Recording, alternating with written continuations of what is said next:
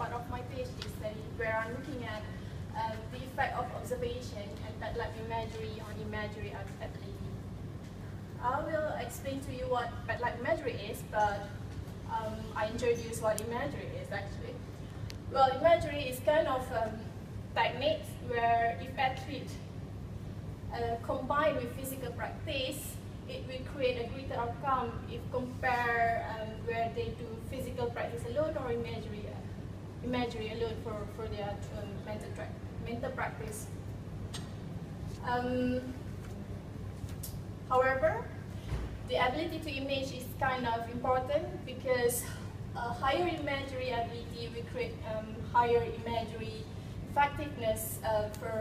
For example, Robin et al., where they look at the difference of surface tennis written by poor images and higher images, and they found that both groups improved, but higher image improved more than poor images. Imagery ability has been defined as an individual capability to form vivid, controllable image and retain them for sufficient time to effect the desired imagery rehearsal. Where it mentioned about vivid and controllable, imagery ability is kind of easiness to make an image, where generation of the image, and controllability and accuracy, and also the vividness, where if you try to image like that kind of picture either on your right or on your left. So athletes normally image in 3 different ways, separately or in combination. For imagery, first is internal visual imagery, where, for example, we ask them to image bending. They can see where the fingers touching the toes.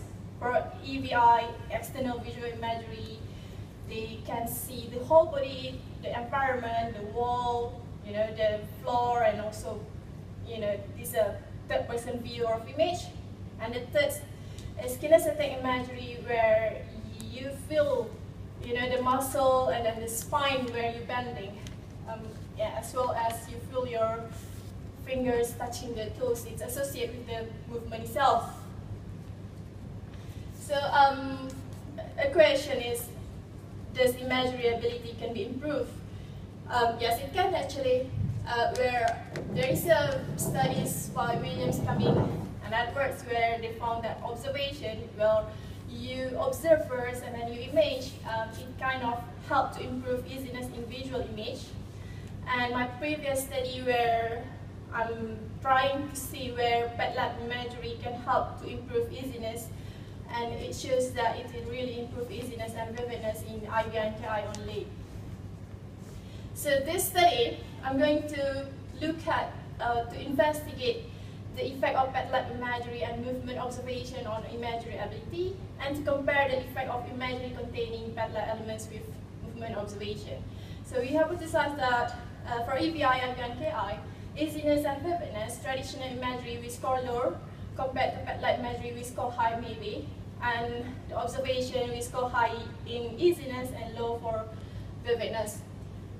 Our methods, we recruit 52 people, and they have to come for 3 visits in 24 to 48 hours apart, where they have to image 12 movements, simple movement in VMIQ2 questionnaires with pictures, where first visit they have to image with traditional imagery visit, where they have to image that 12 movement in a quiet room.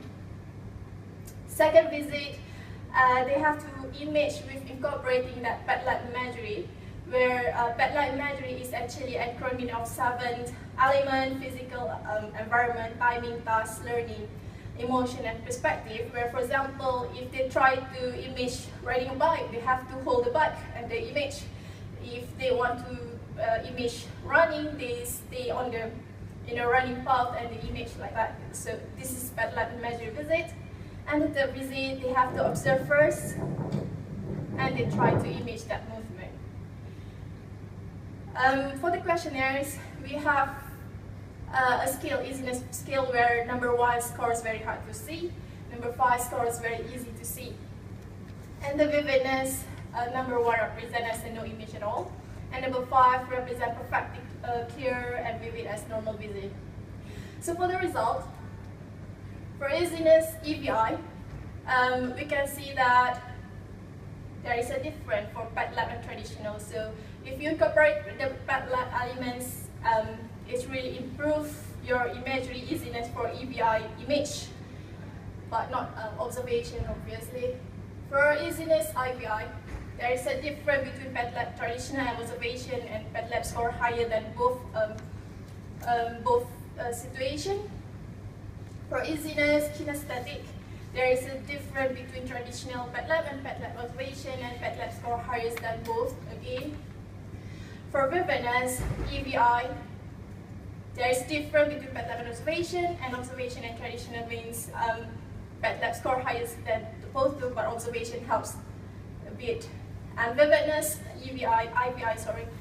Pet lab and traditional again difference, pet lab and observation different, pet lab score higher than both.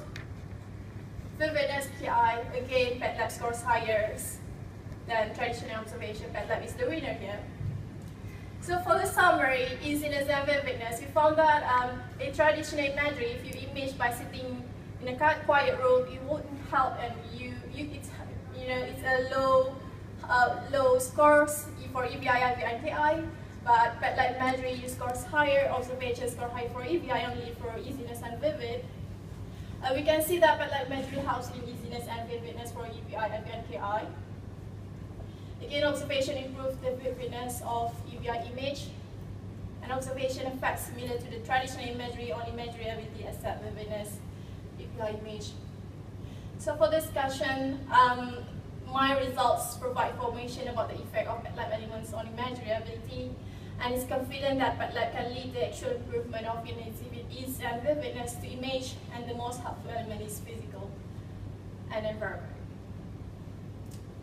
That's about it. I would like to take this opportunity to invite you to our imagery workshop in September. Well, there is a link over there, or you can talk to me